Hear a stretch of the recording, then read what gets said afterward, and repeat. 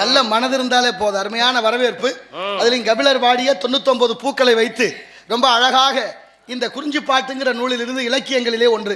வானரங்கள் கனி கொடுத்து மந்தியோடு கொஞ்சும், மந்தி சிந்து கனிகளுக்கு வான்கவிகள் கெஞ்சும், காணவர்கள் வழியிருந்து வானவரை அழைப்பர், வானவர்கள் வந்து வந்து காய சித்தி விளைப்பர், தேனருவி திரை எழும்பி வானில் வழி ஒழுகும், செங்கதிரோன் பறிக்காலும் தேர்க்காலும் அழுகும், கூணலிலம் பிறமிடித்த குற்றால திரிகூட மலையங்கள் மலையே என்று திரிகூட ராஜப்பக்க விராயர் பாடிய பாட்டும் அந்த இலக்கியத்திலே உண்டு.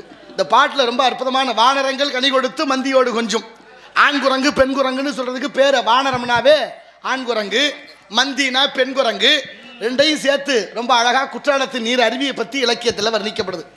அருவின்னு பேர், வீழ்ச்சிங்கிற பேர் இல்லை. ஆனால் இன்னைக்கு நீர் வீழ்ச்சின்னு ஆங்கிலத்தினுடைய மொழிபெயர்ச்சி ஆச்சு. ஆனாலும் அற்புதமான வரவேற்பு, அகமகிழ்கிறேன். ஏன்னா செந்தமிழ் நாடனும் போதிலே இன்ப தேன்பந்து பாயுது காதிலே என்ற வகையிலே அடக்கம் அமரல உயிக்கும் அடங்காமை ஆறில் உயித்து விடும் என்ற வள்ளுவருடைய வாக்கிற்கிணங்க பெருக்கத்து வேண்டும் மனிதர் சிறிய சுருக்கத்து வேண்டும் உயர்வு என்ற தன்மையோடு அழகான வரவேற்பு. வந்தாரை வாழ வைக்கும் வந்தமிழ் நாடு, வேற்றுமையில் ஒற்றுமை காண்பது தமிழ் பண்பாடு, பண்பாடு உரையாமல் அகமகிழ்கிறேன். நீ வரவேற்றதை பார்த்து நானும் உன்னை வாழ்த்துகிறேன். இந்த வாழ்த்து என்றும் உள்ள தென் தமிழ் போல கம்பர் பாடுகிறார். என்றும் உள்ள தென் தமிழ் இயம்பி இசை கொண்டார். ராமர் தமிழ் படிச்சாராம்.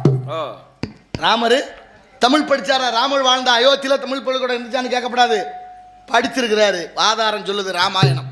என்றும் உள்ள தென் தமிழ் இயம்பி இசை கொண்டான் என்று. அது மட்டும் இல்ல, குலசேகர ஆழ்வார் சொல்றார், தசரதன் ரொம்ப அழுதாராம். ராமன் 14 ஆண்டு காட்டுக்கு போன உடனே இந்த அரண்மனையில் எந்த நேரமும் அம்மா அம்மான்னு சொல்லிக்கிட்டே திரிவானே, இந்த அம்மாங்கிற வார்த்தை என் காதில் விழுகாதேன்னு அழுததாக குலசேகர ஆழ்வார் பாடுறார். அம்மா என்று உவந்து அழைக்கும் ஆர்வச் சொல் இனி கேளேன்னு. அப்போ ராமரே விரும்பி அம்மாங்கிற தமிழ் படித்தாருன்னா ராமனை கும்பிட்ற எல்லாரும் தமிழை போற்றணும்ல. நடந்துட்டா பிரச்சனையே இல்லை. அது போகட்டும்.